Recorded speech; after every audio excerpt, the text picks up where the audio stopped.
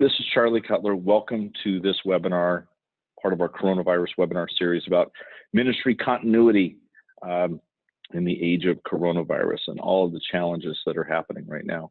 You know, as you can tell, we need a little bit of help on our end, even as we're dealing with technology issues. A little while ago, we reached out to the folks at Legible, and we said, well, I'll give you the full story here. I was talking with Pastor Ralph, and Pastor Ralph said, you've got to call Maria. She's great. She can help you with your ministry communications and what it is that you're doing in your office. And I was like, oh, really? I got to talk to this pastor's kid. And so I reached out to her and I said, I kind of did it because Pastor Ralph asked me to. And then I said, I reached out to Maria. I met with her. I met with Justin. I met with Dex. And I got a really good feel for what it is that they do, how they serve ministries. And I just instantly connected with these guys because of their experience, what it is that they do, their heart for serving ministries, their experience with doing it. And just really these are people that I see as really leaders in this area.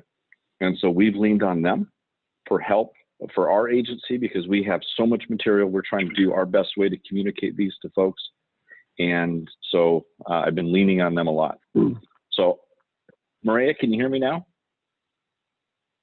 She's still navigating the audio challenges. Who's with her? I'm sending her some instructions right now. That's our other partner, Bethany. Bethany is she's incredible. They will figure that out. But I can help to fill in some of the gaps in the story if you need. Okay, Dex, if you would just share a little bit about Legible, what Sure. it is that you guys do, how you partner with churches and ministries and helping to communicate and as things are changing so much. For sure. So if you were hoping to not speak to a pastor's kid, you're going to have a problem with Legible. We're all, Maria's a pastor's kid. I'm a pastor's kid. Our other partner, Bethany, she's a pastor's kid. Justin, the church that his father was at, he acted as a pastor, but they didn't call them pastors. So we're all sort of church lifers, and we found ourselves on staff together at a local church where we worked together for Justin and I for 8 years, and Bethany for 7, and Maria, I think, for 5. And we had such a great time working together, but we were sort of a localized group of big thinkers. And we realized that there were a lot of opportunities for us to be able to serve the global church that was difficult to do at one place. So we launched out on our own. We started Legible. We started a few companies, Legible being one of them. The whole goal and the vision behind it is we think that of the challenges that churches face, one of them is being able to communicate clearly, directly, in a targeted sort of fashion. We believe that that helps to cut through so much of the noise that the culture is inundated with. All of us are overly inundated, whether it's news, social media, information that we seek out, information that seeks us out, all of our emails, all of our business stuff, all of our church, all of those sorts of things. We think that the church has an opportunity to be able to cut through some of that clutter with the truth of the gospel.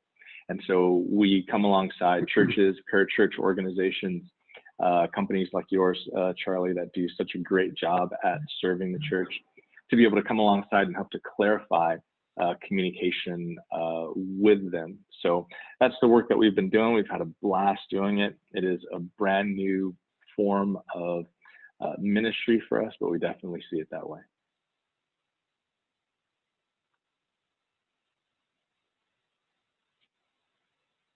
Oh, I think you're muted now, Charlie. There you go. I muted myself. There's a lot of people that would like to mute me, but I muted myself this time. Okay, so here's my question. As I'm receiving calls from churches right now, they're saying, wait a second, we can't gather. We can't get people together. And we're a church that has not been adapting technology. We see ourselves an in-person, knee-to-knee, shoulder-to-shoulder community. And now local authorities are saying, no, guys, you can't do it. Yeah. Yeah. It's one of the, obviously there's plenty of challenges that the church is facing right now, that all of us are facing, families are facing, individuals are facing. But definitely a challenge that the church is facing. And honestly, I think that there was a bit of a divide for the past, 10 years or so. The churches that, used technology and maybe jumped in really deep into the deep end there. And then other churches who said, well, we want to actually be in the room with people, and we care a bit more about actually knowing the people that we minister with. And there's a bit of a divide. And what we have found during this challenge that we're facing with COVID-19 is there has always been a middle ground. And now we're actually finding the opportunity to be able to serve people and find that middle ground. So it's possible to do. Of the things that I would tell pastors and church leaders to not feel, don't feel like you have to race to the head of the line and adopt every single bit of technology.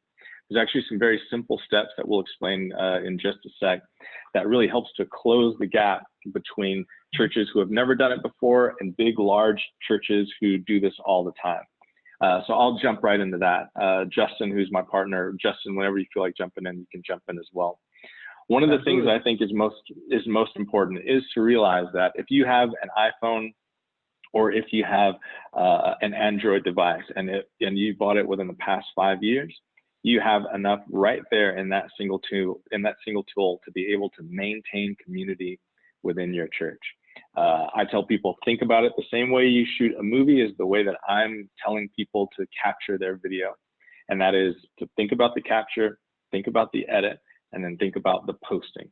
You can do all of these things from that device. So here's what you do. You can grab a very simple microphone that connects in stereo. We'll send out some notes to the one that I suggest for iPhone. You can set your iPhone up if it's an iPhone 8 or better. I'm not 100% familiar with all of the Android devices, so you'll have to figure out what that parallel is.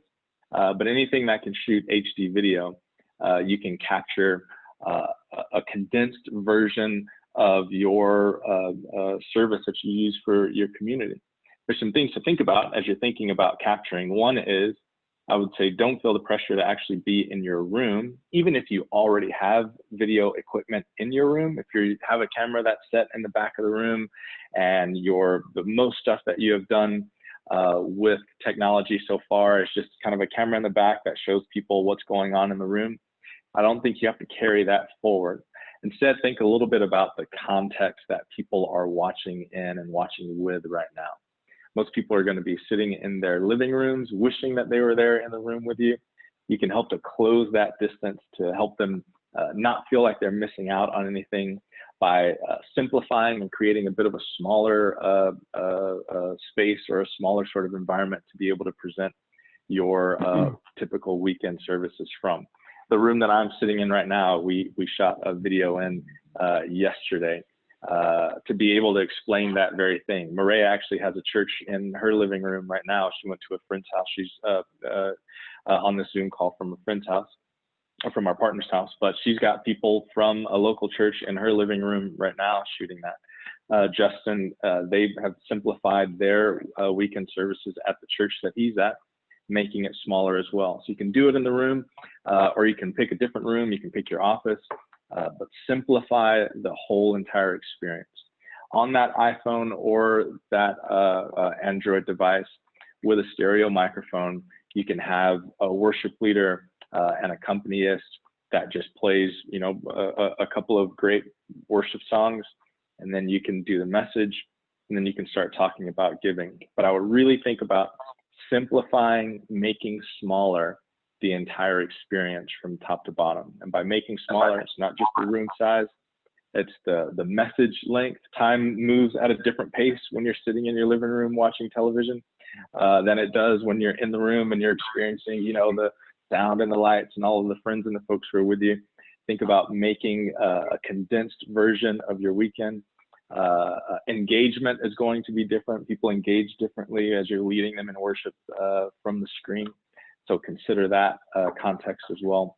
But you can capture all of that sort of stuff on your device. you've got an iPhone, you can edit it through iMovie. iMovie is a very simple, really straightforward tool to be able to edit. It's got a little scissors feature on the side. Your clip turns yellow. You just slide it over to where you want to start, slide the other side over to where you want to finish. You can shoot different clips as you're getting more and more comfortable with it. It automatically puts those in sequence from the first one that you shot to the last one that you shot. I'm a big fan of, if you're getting into technology and using technology for the first time, or doing online services for the first time, don't worry about the pressure of doing it live. You don't have to do it live. You can shoot it, you can edit it. And what it does from a pastoral standpoint or from a church leader standpoint is actually gives you the opportunity to experience the whole thing with the people in your church. You can be in the chat room with them. You can be in the comment section with them as you get ready to post it. So capture it, edit it, and then finally posting it. We have different thoughts on that. Justin, I'll let you sort of jump in. I know I've been just going. Well, yeah, I want to give one of my favorite examples when you're talking about capturing and editing, and really kind of rethinking through in a simplification of what you do for your normal weekend services. My favorite example I've seen of anyone doing this week is not been a church so far. It's actually been Jimmy Fallon and The Tonight Show. So The Tonight Show is normally this huge production with hundreds of people on staff in these fancy New York studios. They've got teams of writers, professional camera people. They've got teleprompters and cue cards. They've got a live band, all these incredible things. And it's just to bring us, 60 minutes of fun and joy at the very end of our day. Well, because of the restrictions that are taking place in New York, they're unable to gather, not even an audience. They can't even gather their full staff. So if you go to the Tonight Show YouTube channel and see what they've been posting this week, the first episode was on Tuesday night, and it was Jimmy Fallon with an iPhone being recording of him, and he introduces his wife, who is his cameraman. All of the fancy graphics and art were drawn in crayons by his 6-year-old daughter. You can see the kids playing in the background. On episode number 2, his daughter wanted to be fancy, like Questlove, the incredible drummer of the Roots house band for The Tonight Show. So she's banging a spoon on a pot and a pan to welcome Jimmy Fallon to the show. And they condensed the whole thing down to, the first episode was about 10 minutes. The second episode was about 20 minutes. And they did a really great job of working with the technology they had available to them and putting on not the exact same experience that we normally get with The Tonight Show or what we normally expect with the house band, the fancy graphics, the incredible props, and all those things. What they did, though, was they moved forward and they captured the spirit of the show, the essence of what The Tonight Show is all about, right? Which is giving us something to laugh at, to relax with towards the end of our day. And they're pulling that off on YouTube. It's all being done on an iPhone. It's all being done it looks like one of their family rooms, and it's coming across really, really well. And I think if you look at what churches, look at that as an example, and think, what does it look like for me as a pastor, for us in our church, to shift, instead of trying to keep this major production on the weekend, what is the simplest possible way that we can do that when you're talking about just focusing on the capture and the edit? Jimmy Fallon and The Tonight Show are doing a great job setting an example of what can be accomplished in this huge, extreme shift from high production to very, very simple, but still totally nailing the point. Yeah. And what's great, I think, right now is because everyone understands that this is the context that we are all in, there should be no pressure to race, to try to catch up to big, huge churches who've been doing this for 10 or 15 years. Instead, use that to your advantage. I know our family has appreciated a much reduced production value in many of the things that we're seeing right now. We're watching YouTube families who are making their way through this this pandemic. We're watching, friends. I was even noticing, the news. Most of our local news reporters are reporting in from all over using their phones and that sort of stuff. So everyone understands that context. From a church leadership standpoint, that should help to lower the bar quite a bit. So that's capturing, that's editing, posting. Justin, what would you suggest? I know you think through this side of it a bit more. What's some of the best practices you know? There are some really great platforms and tools out there for taking your church online, right? The Life Church team has the incredible free church online platform. There are a couple other really fancy options for that really allow you to take your whole entire church and do almost like an online virtual campus, is how many of these churches are treating that. I don't think that is the direction that you should go at all right now. We're highly encouraging people to think simple and to go to where the members of your church already are. So if you're going to live broadcast or post your videos, the absolute two best places to be doing that right now are YouTube and Facebook for two different reasons. Number one, if you're going to post to YouTube, both YouTube and Facebook, by the way, you can push your video out live at your normally scheduled church service time, so everybody can sit in their room, their living rooms at like 10:30 or whatever that is. And when you move forward with YouTube, what's awesome is you don't have to worry about some sort of fancy app or technology that's going to allow somebody to figure out how to get a YouTube video on their television at home so everyone can watch it. My 71-year-old mom knows how to watch YouTube videos because there's a lot of cats on YouTube, and she loves cats. So all she has to do is go to YouTube. I literally saw the email that her pastor sent out. They've got like a 60-person church, most of them my mom's age, and he just said, open the YouTube app and type in Magnolia Center Church of Christ, and you'll find us. So what's great is you're already there in a platform where people know how to consume video and consume it naturally. The other great place to post and share video right now is on Facebook. And the reason that Facebook is awesome is because there are a bunch of really great videos built into the Facebook platform that make live sharing video a really compelling experience. Members of your church can do something called host a watch party. And this is something Facebook teaches them how to do as soon as they click to watch live. Facebook will prompt the members and attenders of your church to start inviting their own friends and join them.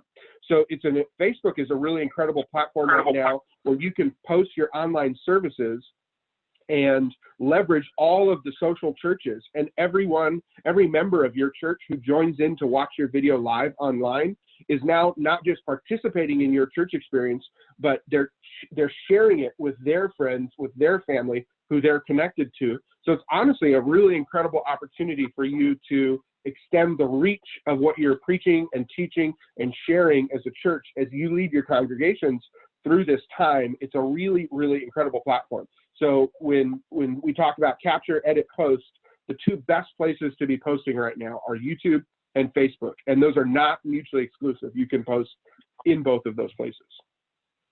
Yeah, Lisa I was just going to mention, Lisa in the chat room mentioned the YouTube restrictions on YouTube Live, that it's capped. You have to have more than 1,000 followers to do a live stream. Oh, yeah. It's not that same way for Facebook. I think Facebook, you can go live there. I think though that it's one of the real reasons to eliminate the pressure of having to do it live. Because if you post it to YouTube, obviously it stays there, so it's just lives there until YouTube is finished. Perish the thought, for my children's sake. But it also gives you the opportunity as church leadership to be in the moment with people. There's no you can edit it. If the message feels too long, you can cut that short.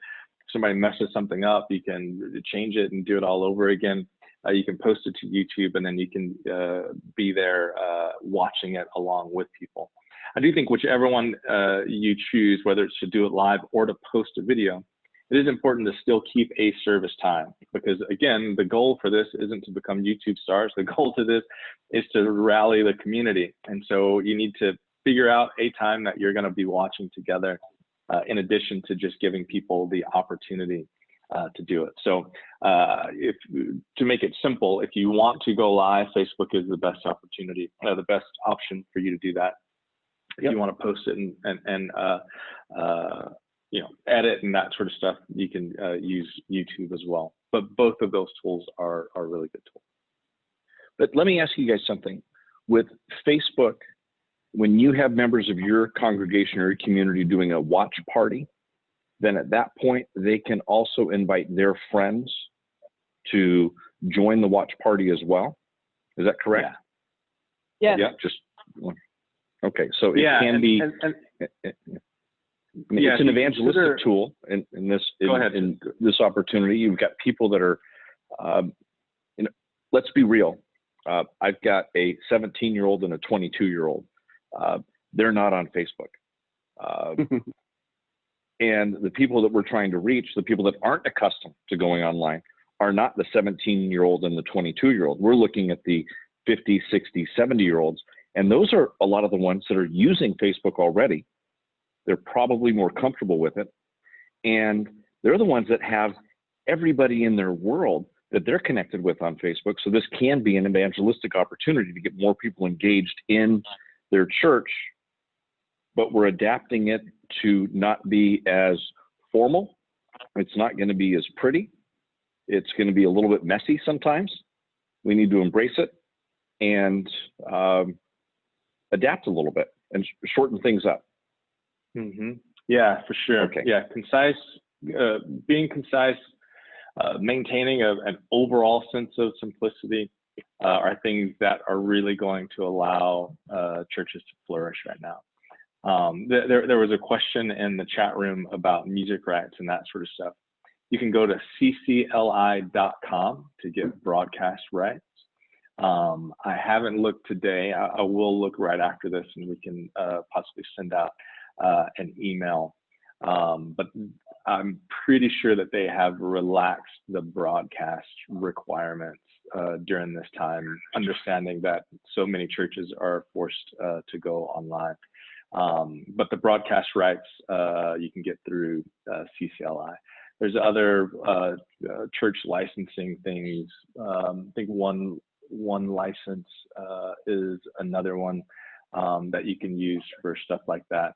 But I think many of the licensing sort of things are being relaxed during the time. Yeah, I was trying to scratch my head to see if there are any other resources.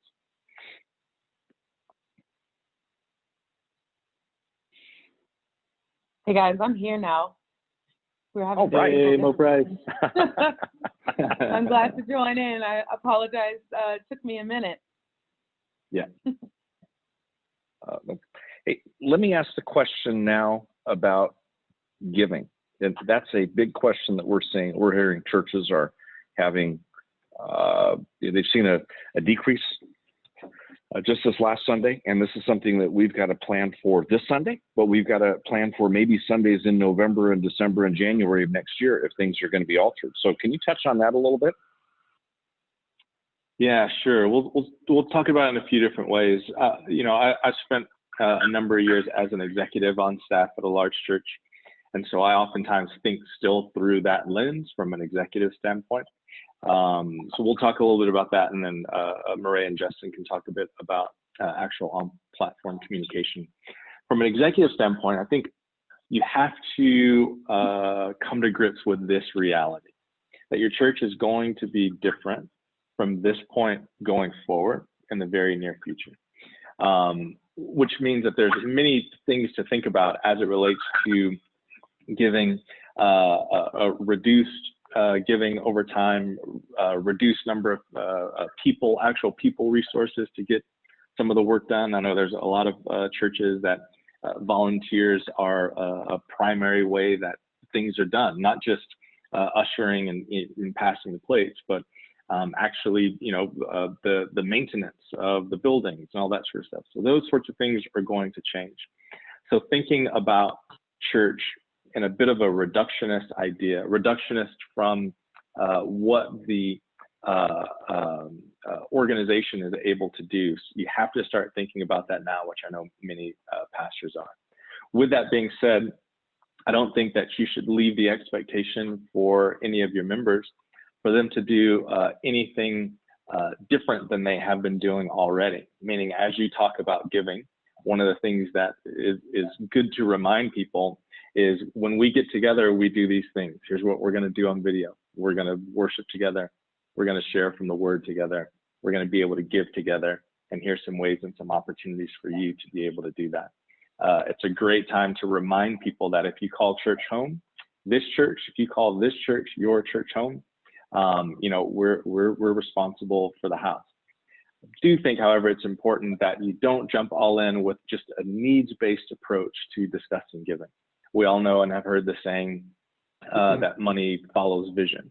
I think that is a very important thing to remember, but it's even more so important to remember that the same needs that the church has, many of your people are experiencing those same needs as well. The panic that they are feeling personally is probably reflected in some of the panic that we're feeling from a leadership standpoint. Church leadership, small business owners are feeling the same sort of crunch.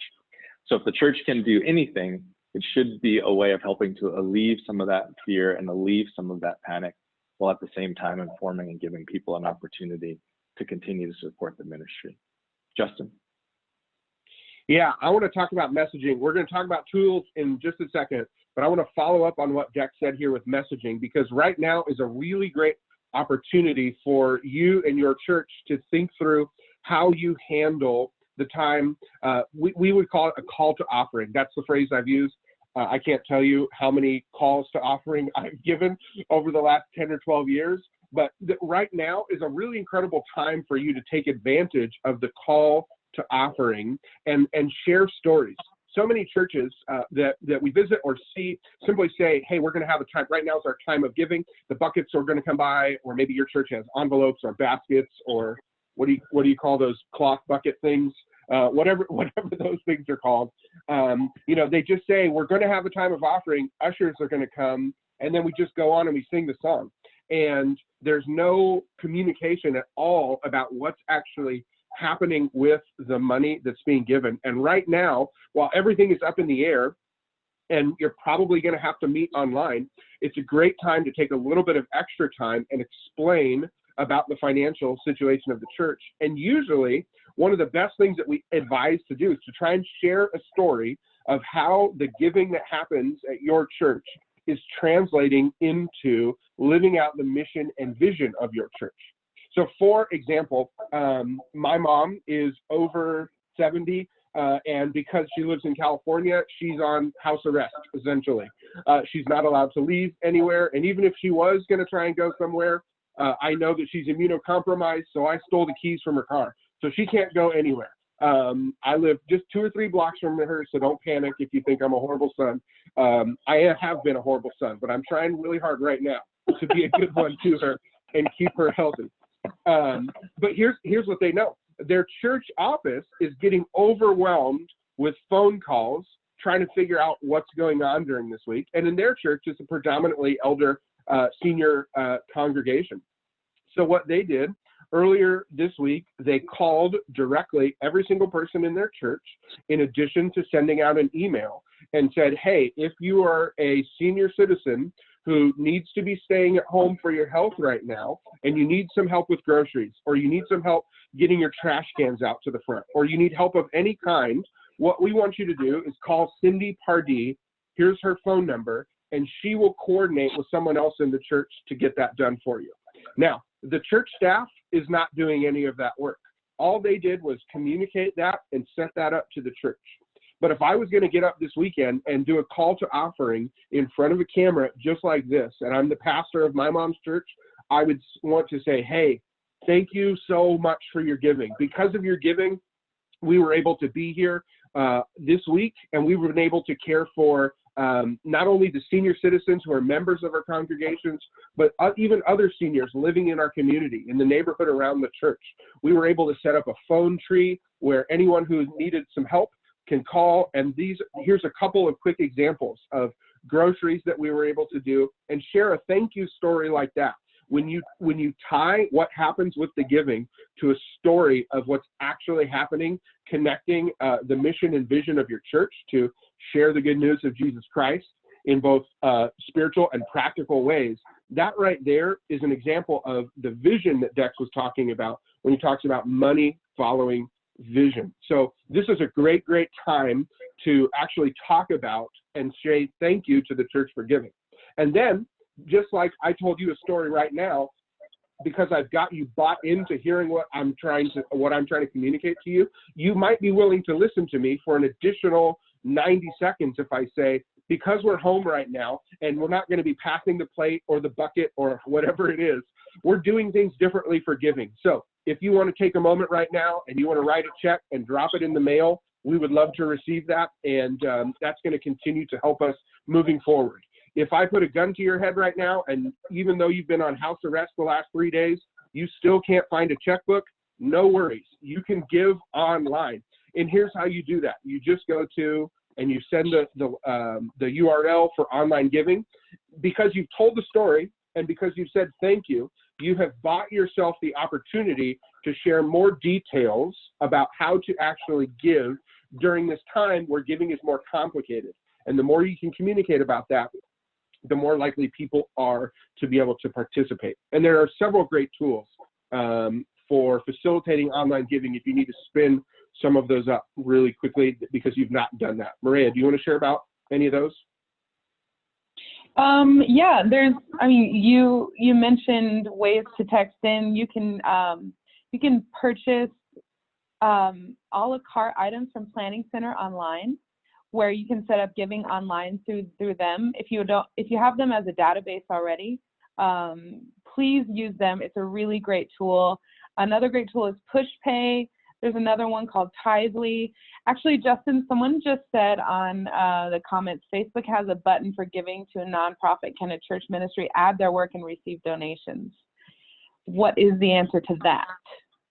You can pursue that, but you will not be able to get that all set up and functioning and ready by this weekend or probably even next weekend, guaranteed. So I would not rely on that one as a tool. I would look at using something like PushPay or giving from Planning Center. Those are probably two. Tithely is another one. Those are probably some of the best options for now. Yeah, and we'll be listing them out and sending them out after this on our resource page too. Yeah. One thing I thought. Go ahead, Maria. I'm actually going to share really quickly. So I go to a small church and we've got about 69 adults, and our online giving platform does not work. Okay, I've tried to give online 2 times during church and it hasn't worked. And the reason I want to answer this is I saw someone asking about which online giving options have the lowest fees, and that's definitely something to think about. But what I actually got on the phone with the treasurer at our church this morning, because she's the one who manages the platforms that we use. And she said, well, I don't want to move to one of these other platforms because we're going to have to pay the fees to have a digital giving platform. And what I simply said was, Mary Ann, the very first gift that I tried to give and failed would have paid for the maximum plan on any one of these platforms for the full entire year. And then you would have also been receiving my digital giving the last couple of months. Instead, I'm having a hard time giving when I'm wanting to give during church, and then I forget all about it when I go home. Please don't judge me as a sinner. I'm keeping a track record in my heart and in my soul, and I plan on making a full tithe by the end of this year. But Mary Ann is not helping me out. There are obviously a variety of tools, and you're going to maybe experience when you move to digital giving, yes, there are fees involved, but the ease of giving for your congregation is going to very quickly offset what those fees are. Mm-hmm. Hey, let me ask you guys about this. Oh, no, go ahead. Sorry, Charlie. I just think it's important to remember, I mean, if we're talking about a condensed service time, we're talking about simplicity, we're talking about, trying to address the heart issues and that sort of stuff during our service time. It's important for churches to remember and to consider as well a more robust communication strategy outside of just the video and or the platform, meaning using social media, using email, using phone calls, using all of these types of things. Because once you start to get into the details about, well, here's Givelify, or here's how you do it from your checking account, here's how you do this. Well, now you've created a longer message just for how to give than you may have done about the actual gospel itself. So we need to get these systems up and going, I would say, from a messaging standpoint, to direct people to a more technical sort of document, a technical email that helps them understand things step by step once you've chosen a way for people to be able to give. Direct people to giving, tell great stories, remind people of why you're doing it on your video, but don't necessarily use that particular weekend video to get way into the weeds as it relates to giving. Hey, let me ask you about this. What about text to give? We haven't talked about that at all. Sometimes I see it with ministries. Is that out of reach for your typical church, or is that just for the mega churches? So honestly, what most text to give platforms do is just provide a short link via your cell phone to an app or to an online mobile smartphone optimized giving experience, and unless they build out something a little more fancy. I will drop the name of the one tool that there's one really good text to give tool. I can't think of their name off the top of my head, but we'll put that in the notes and we'll give that to share with the attendees right after that. But the big idea is you just want to come up with something that's really, really simple. And for a lot of people, text to give might not be that. Here's why. It would be really easy to go to yourchurch.com/give. That's easier for me to figure out than text give to 55327. A lot of folks who, unless you're super young and tech savvy, some of the figuring out how to text a non-traditional phone number and texting keywords can actually be a little bit more complicated. So it's definitely an option, but I think it's maybe not the absolute best option right now. Okay. And I'm also seeing, by the way, I've been seeing some other comments about maybe I can use something like PayPal or Breeze or even Zelle, and that's definitely an option. And Charlie, you would be able to speak to this much more clearly than I can. But just remember, as a 501c3, you're going to have some amount of responsibility for monitoring the gifts and the giving that are being donated to you and reporting those back to your donors at the start of the new year. So PayPal definitely takes some fees. The only way they're not going to take fees if you're not entirely honest about what the financial transaction is for. And that's not something I would want to do when I'm receiving money for the Lord's church. All of these online platforms are going to charge a few fees. It's probably worth going with a platform that's customized for churches so that it can do things like end of year giving reports. All of the apps that the online giving tools we've mentioned so far will allow your church members and attenders to set up automated regular giving, as well as do things like remember their debit card information or checking account information. And all of that makes it easier for your members and attenders to give on a recurring basis. So just keep that in mind. Hey, let me ask you about this. What about ministries that want to do some churches are in crisis mode right now. I mean, that's just the reality of it. And there's churches that have been kind of living week to week, month to month, and they may want to be able to communicate to some of the members of the congregation, but not to the community as a whole, because they wanted to have more of a private meeting of sorts. What would you recommend for something like that? I think there's a few. It depends on how you want to do it. One is if the church is small enough that you actually know, okay, it's going to be these 10 people, not the other 60 or 70. Starting off with a phone call or a text message and then doing a Zoom call like this is fine. I think Zoom is free for conversations up to 40 minutes or something like that. I'm trying to remember exactly what the breakdown is, but you can get a room full of people into a call like this to be able to have those sorts of conversations. So that's one. Email tools like MailChimp also will allow you to be, if you have a lot of email information, to be able to break those groups of the emails up to these instead of the if you identify these are moms, these are whatever. But it's one of the things that an all-encompassing tool like Planning Center helps to give you that sort of flexibility. It does a lot of things. I'm not going to sell the whole thing, but to answer the question, Planning Center will allow you to break groups of people up into teams, meaning if This is a mom and she's got a 4-year-old. This is a dad and he's got teenage kids. This is a guy who's a part of the men's ministry, but he's not on the parking team. This is a guy who's on the parking team, but not a part of the men. You can break all of those different groups up and be able to communicate that as people are putting their information in. Now, I understand right now, it's a challenge to think that giving is going down and I'm going to add a tool on top of that. I'm going to start paying out money as receivable money is coming in. I think that, I grew up in Inglewood in the inner city here in Southern California, and my father's church still has phone trees. Same exact sort of, a very similar sort of thing to what Justin was saying about his dad, meaning there's one woman that is responsible for a cluster of people. Now the cluster is fairly small, but if you need to get this information to that cluster of people, don't call all of them, just call Sister So-and-so, and she gets all of that, information out to all of them.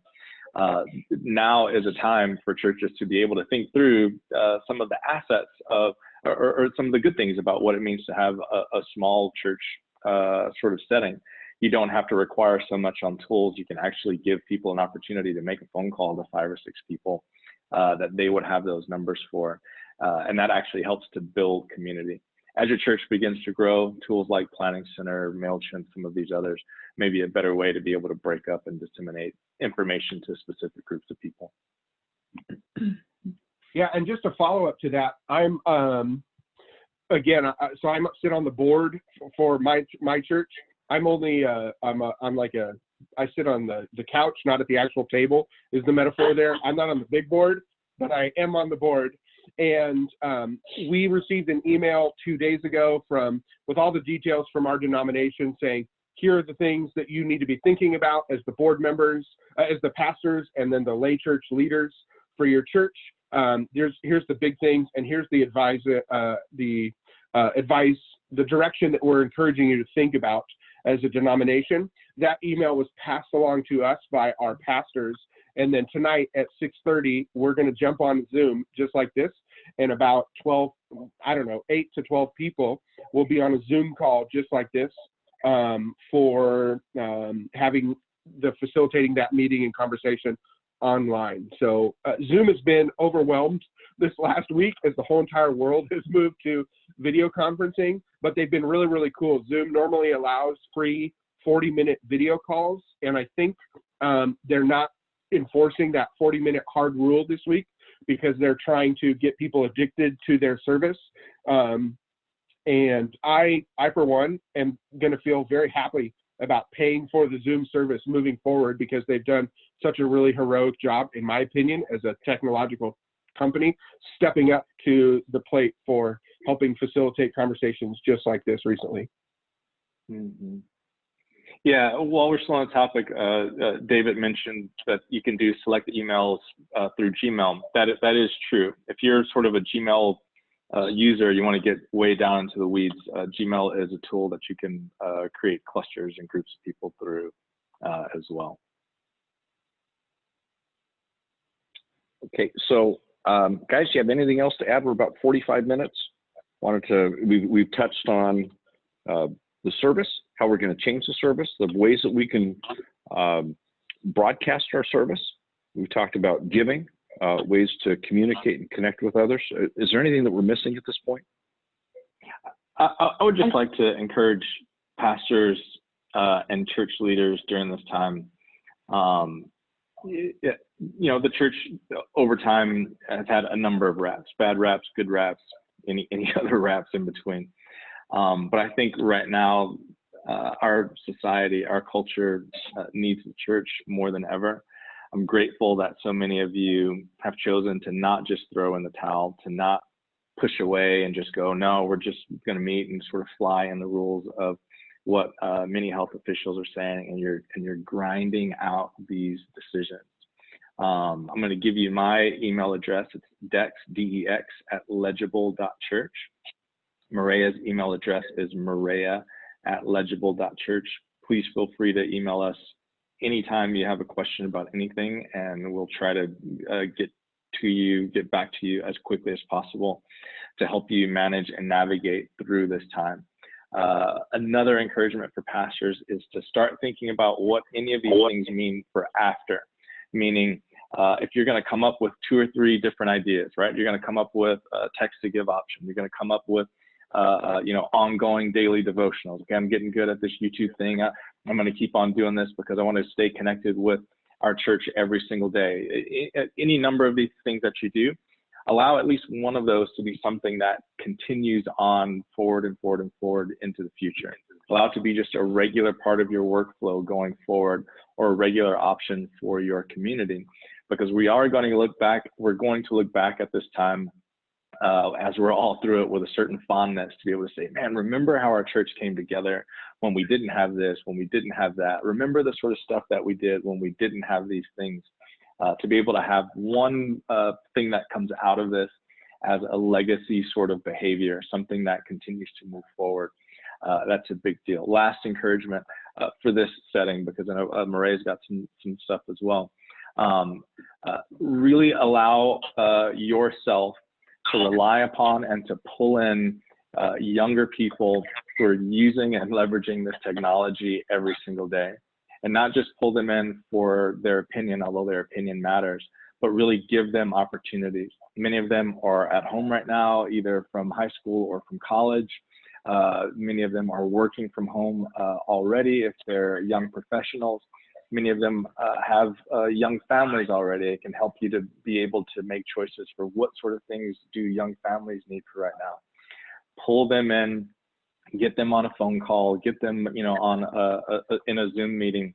Don't feel like you have to have all the answers, but really lean and rely upon them and give them some responsibility in this, because it can become the opportunity for your church to really transition from a legacy type model where everything happens live in the room from the platform, for you to begin to transition into technology that this current generation is going to want to use going forward.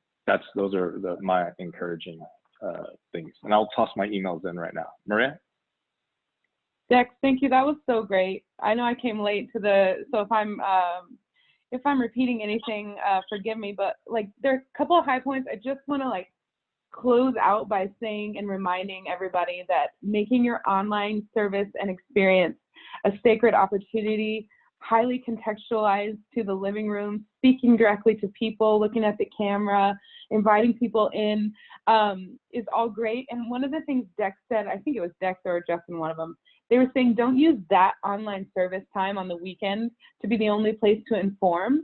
And that is such a good point, because if you're just giving a bunch of announcements and a bunch of information, it loses that intimate feel of focusing on worship, receiving communion, prayer, and hearing the word of God.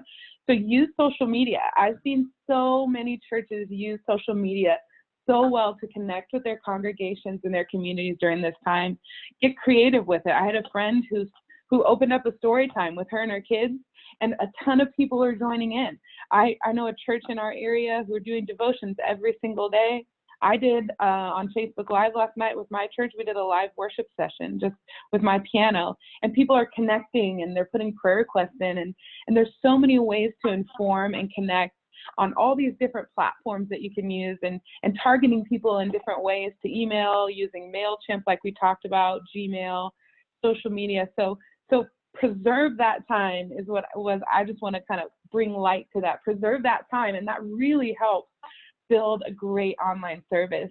And then use all the other places for content to connect. I know you're canceling your ministry weekly programming things, but put it on, have community groups meet online through Zoom like we are today. Even though it took me 20 minutes to get on, I'm here and I was a part of it. I think there's a lot of great ways to do that. And then Justin mentioned giving, the messaging for giving, to tell the story of, hey, God has been using our congregation.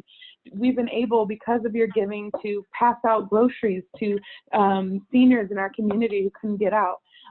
So this is important during this time. Instead of expressing that you're scared and you're nervous that the money's not going to come in, tell the story of what the church is doing together. And that messaging really inspires and brings the heart of why we do what we do together. And that is going to optimize your online experience as you continue to do this for however long it takes. I just want to thank Charlie Cutler at Church West We love him and we love what they're doing there. And for this opportunity, someone asked who we were. We're Legible, and our website is legible.church. And I'm sure Dex talked about it at the beginning. But we would love to help you share your story and communicate with clarity. That's why it's called Legible. We want to help you be legible to your community and tell the story of what you're doing uniquely in your community and congregation. So that's who we are, and we love Charlie and Church West. So thanks for having us today, by the way. Oh, sure. Guys, thank you very much. I really appreciate it. Like I said at the beginning, when I first heard about you guys, I'm like, I'm not sure. And then getting to know you, I've just been so excited. I really appreciate all that you guys are doing for us. So thank you, guys. I'm going to wrap up, unless Justin, do you have anything? You know what? Can I just pray for all these pastors and church leaders as they go into this weekend? God, I thank you for the opportunity to, I don't know, we hope that this is helpful. And in some ways, I pray that this has been a chance to minister to those who are on the front lines of ministering to your church, to your people, to your congregations. God, I just pray against any just confusion or struggles inside their churches as they seek to move out of necessity towards more online technical experiences. God, I pray that your Holy Spirit would give these church pastors and leaders greater gifts of wisdom and insight into ways to leverage things like the social media channels that we have now, or online tools like Zoom or their website or whatever. God, I also just pray that you would give these pastors, beyond the technical, logistical leadership wisdom, God, would you just speak to them through your Holy Spirit on ways to speak to us, the members and attenders at their church, so that through their words, whether we're receiving them in a room or we're receiving them through a screen like this, God, that we would find comfort and that we would find hope in who you are as they lead and share us about your truth and about your goodness. So I pray for your blessing on these churches. I pray that you would bless them financially as they serve you. I pray that you would bless them with new volunteers who maybe are volunteering from home but are stepping up to serve in new times because they want to support their church and see it continue to grow during these difficult times. So we just pray for your blessing upon the leaders who've taken the time out today to tune in for this conversation. So in the name of your Son, Jesus Christ, we say thank you and amen. Amen. Amen. Amen. Hey, thanks, guys. We're going to wrap up. Remember, you can go to churchwest.com/coronavirus to get this, all of the other resources. We're trying really hard to help you with ministry continuity, build your ministry. You know, we're doing social distancing, but at the same time, we're building community. And it's a challenge, but we're going to get through it. Appreciate you guys very much. Again, legible.church. Love you, what you're doing. I appreciate you very much. And we'll talk soon. All right. Thanks, guys. See you. Bye-bye.